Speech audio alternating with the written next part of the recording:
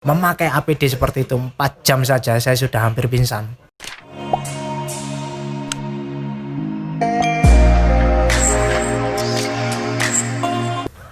Kembali lagi di konten kita Morino Official. Kali ini kita ketemu dengan Mas Indra, dan dia ini sebagai relawan COVID di salah satu rumah sakit di Surabaya. Kita mau ngobrol-ngobrol sedikit tentang pendapat tentang COVID-19 di Surabaya. Ini Mas, untuk pertanyaan pertama, sebagai Masnya sebagai apa sih di sana? Ya, permisi. Saya sendiri atas nama Indra Setiawan Putra. Saya di sana sebagai supervisor untuk di bidang kebersihan di salah satu rumah sakit di Surabaya swasta. Kalau menurut berita yang di sana untuk adanya COVID memang benar. Tapi menurut saya pribadi, saya agak kurang percaya dengan semua berita tersebut. Tapi enggak perlu juga kita terus tidak khawatir. Memang kita harus khawatir dengan virus, karena itu kan memang virus yang ditakuti oleh masyarakat. Masnya kenapa bersedia menjadi relawan COVID? Sementara kan kalau misalnya orang-orang biasa seperti kita gitu takut untuk menjadi relawan COVID. Ya, gini. Untuk kenapa saya bersedia untuk menjadi relawan, itu karena memang tugas. Ya.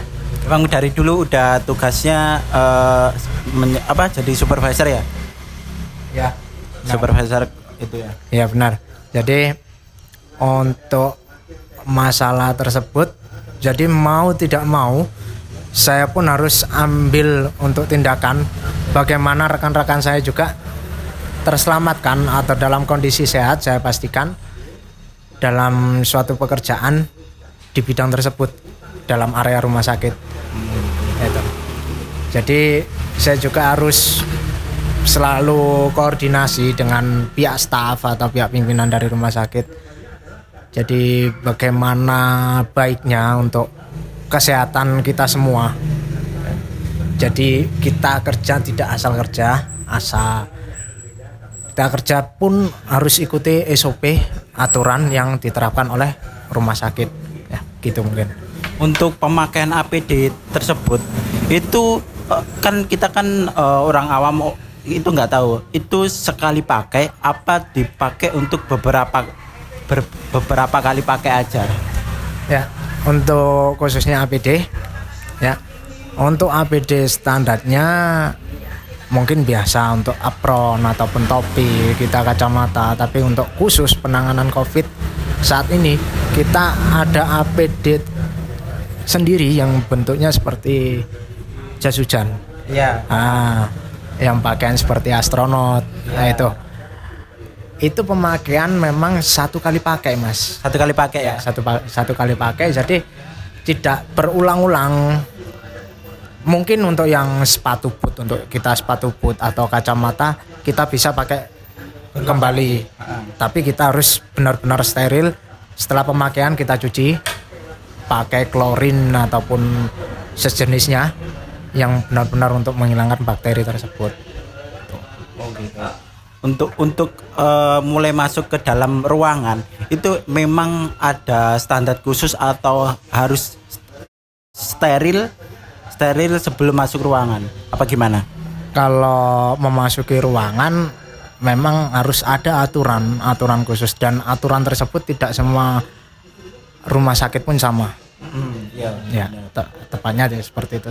Cuma aturan yang untuk memasuki ruangan kita menggunakan APD sebelum tindakan ataupun segalanya kan itu aturan sama.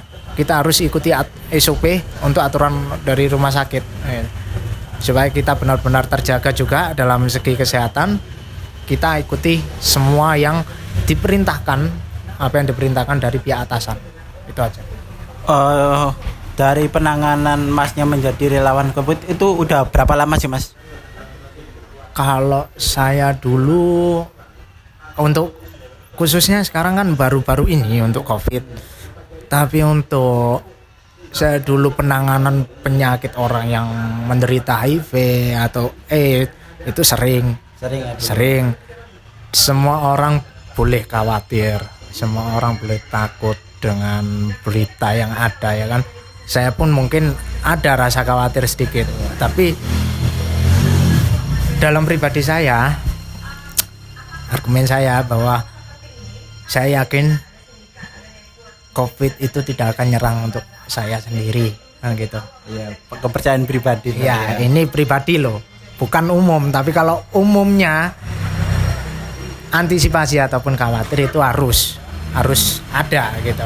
Tapi kalau saya pribadi, insya Allah semua aman. Ketika menjalankan tugas, otomatis kan di dalam ruangan isolasi itu banyak istilahnya banyak yang pasien istilah yang terpapar kayak gitu, bekas terpapar kayak gitu. Apakah Anda tidak takut untuk terpapar atau tertular COVID? Kalau saya pribadi, saya tidak pernah takut terpapar apapun yang sejenisnya itu COVID ataupun apa, selagi kita melakukan SOP dengan benar, menjalankan SOP dengan benar. Jadi kita mau ikuti aturan dalam arti APD ataupun segalanya SOP yang dari rumah sakit terapkan, kita ikuti semua, insya Allah semua aman. Tapi kalau kita sendiri menentang dari aturan rumah sakit bahwa SOP-nya sekian, kita harus menggunakan APD dari mana ke mana, APD-nya itu bentuknya apa aja, kita nggak pakai salah satu ya sudah, kan gitu. Saya juga pun nggak bisa untuk selalu merintah untuk gini. Itu memang kesehatan buat diri Samin pribadi, kan gitu khususnya. Yang penting aturan sudah jelas bahwa APD SOP sudah jelas dan bisa dibaca, bisa Samin terapkan. Bila kedepannya ada apa-apa dengan diri Samin pribadi khususnya yang sejalan dengan saya yang di bidang kebersihan di suatu rumah sakit, jadi saya mohon untuk benar-benar gunakan APD yang standar, jalankan SOP dari rumah sakit, apa yang diperintahkan oleh rumah sakit, itu aja. Ketika Anda selesai bertugas dan otomatis kan selesai, apakah di rumah sakit itu sendiri ada mesnya, terus ada sampai isolasi sendiri, apa tetap berbaur dengan teman-teman dan keluarga? Ya, untuk khususnya setelah kita menangani pasien tersebut, untuk isolasi sendiri atau mandiri kita nggak ada. Tapi yang terpenting nggak ada isolasi sendiri berarti? Tidak ada. Itu gini, isolasinya gini. Setelah kita menangani pasien tersebut, kita cepat untuk segera bersihkan diri. Itu aja mungkin yang perlu saya lakukan sebelum saya kontak dengan teman-teman atau masyarakat lain. Tapi kan kalau misalnya terpapar atau bahkan masnya menyebar atau terkena virus tersebut, kan kita nggak tahu, Mas. Gini, Mas. Kalau virus, gini, kalau menurut saya pribadi, virus itu saya yakin tidak menyerang di bawah usia 30 tahun. Sedangkan saya masih 26 tahun, kayak gitu, ya kan? Karena virus tersebut itu lebih nyerangnya ke usia yang 40 ke atas, yang sudah punya riwayat penyakit, kan gitu. Jadi memang yang diserang itu kekebalan tubuh, imun ya. Iya, imun. Jadi kalau kita sendiri takut akan pemberitaan tersebut, imun kita kan semakin turun. Iya. Semakin mudah juga kita terkena, kan gitu. Itu logisnya kalau bagi saya pribadi loh. Iya. Itu logisnya. Jadi nggak perlu takut, tapi kita juga waspada dengan adanya virus tersebut. Kita nggak perlu takut. Ya. Untuk dengan pemberitaan yang beredar sekarang, kan ada juga anak kecil, bahkan balita yang terpapar COVID. Itu menurut Samen gimana? Itu mungkin gini, di bawah umur 40 tahun. Gini, menurut pandangan saya pribadi, itu mungkin kalau segi medis saya di luar jalurnya, nah gitu. Iya. Saya di luar jalur tersebut karena saya di bidang kebersihan. Saya nggak bisa untuk mengomentari secara medis. Tapi kalau menurut saya pribadi, mungkin karena anak tersebut sudah mempunyai riwayat dari bawaan dari keluarga ataupun imunnya sudah turun. Itu aja mungkin. Tapi kalau memang kita bicara soal medisnya, yang tentunya soal medis, saya nggak berani menjawab karena itu di luar wewenang saya ya. Jadi saya nggak bisa untuk bantu jawab karena saya nggak punya kapasitas di bidang tersebut. Itu aja. Mungkin saya bantu untuk steril, bagaimana ruangan itu steril, bagaimana staf itu nyaman setelah ada pasien seperti itu. Kita bantu untuk steril supaya ruangan itu tetap bersih, tetap terjaga, staf semua aman, kita pun kerja masih aman. Itu aja mungkin. Saat menjalankan tugas, apakah ada pantangan khusus Kak? Misalnya kan Masnya udah di dalam satu ruangan terus masuk ke ruangan sebelah gitu, misalnya nggak boleh gitu. Ada pantangan khusus nggak? Kalau pantangan khusus pasti semua rumah sakit itu pasti ada, Mas.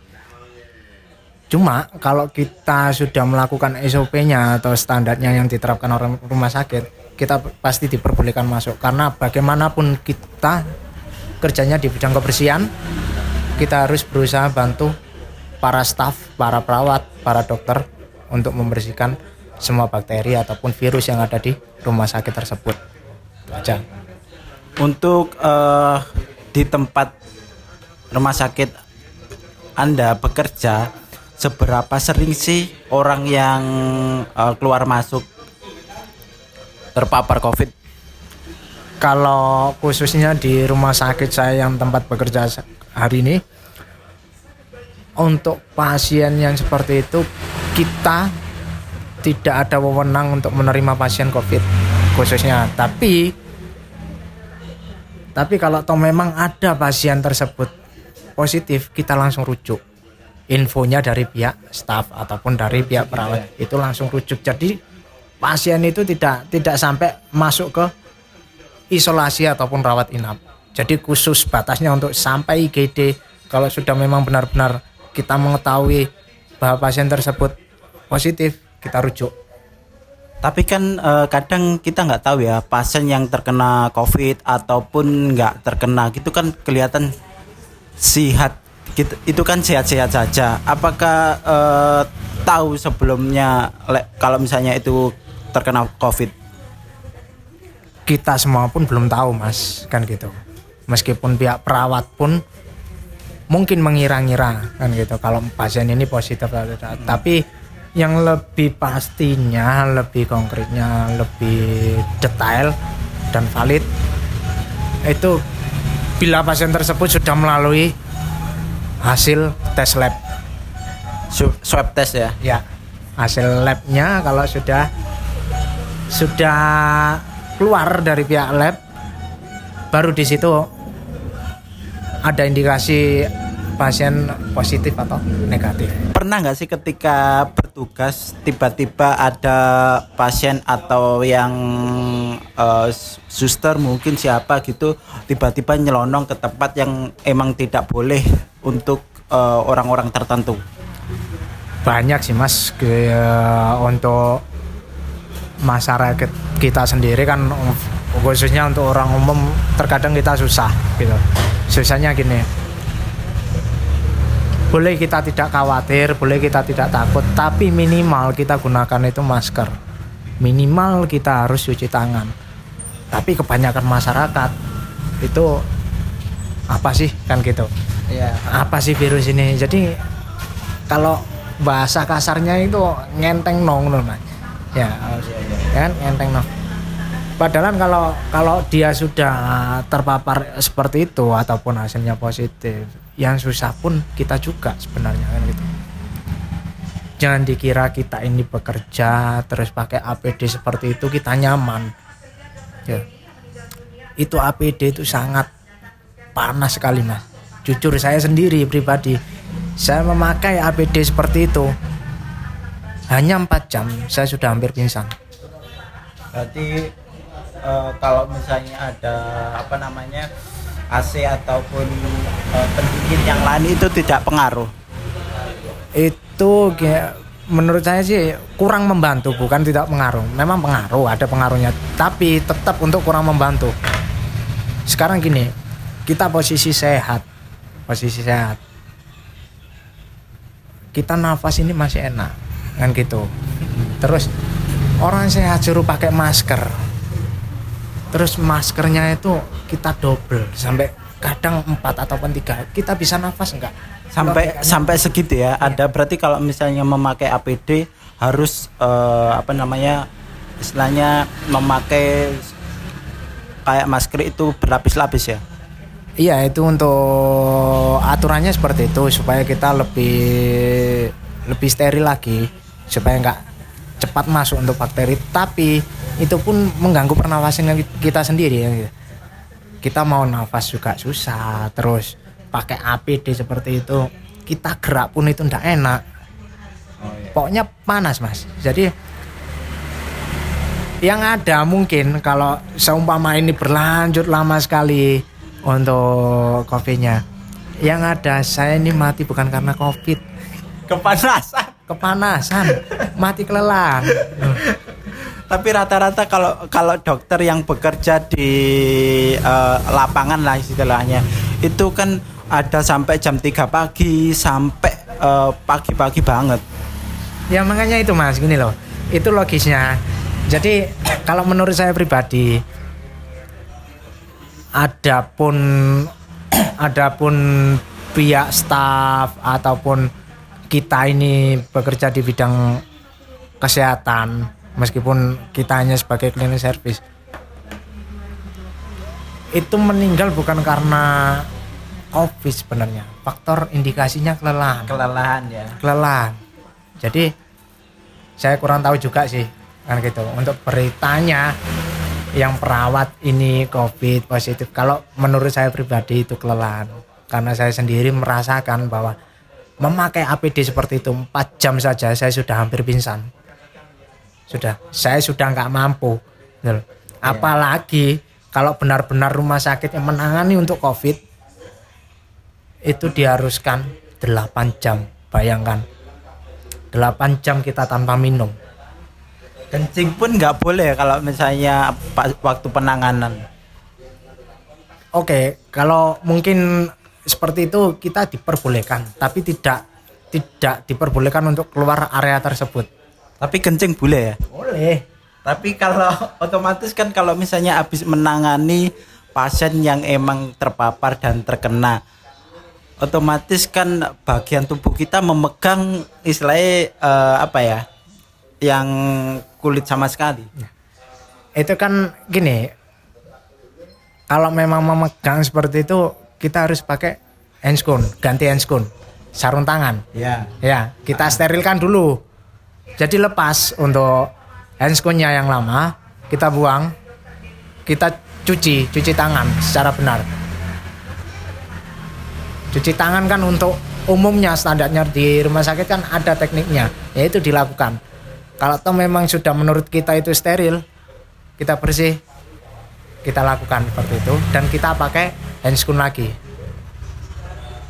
Tapi untuk yang kita minum itu kayaknya mustahil, karena kan itu harus lepas untuk seluruhnya. Kita kayak lepas masker, lepas topi, lepas untuk kacamata gitu.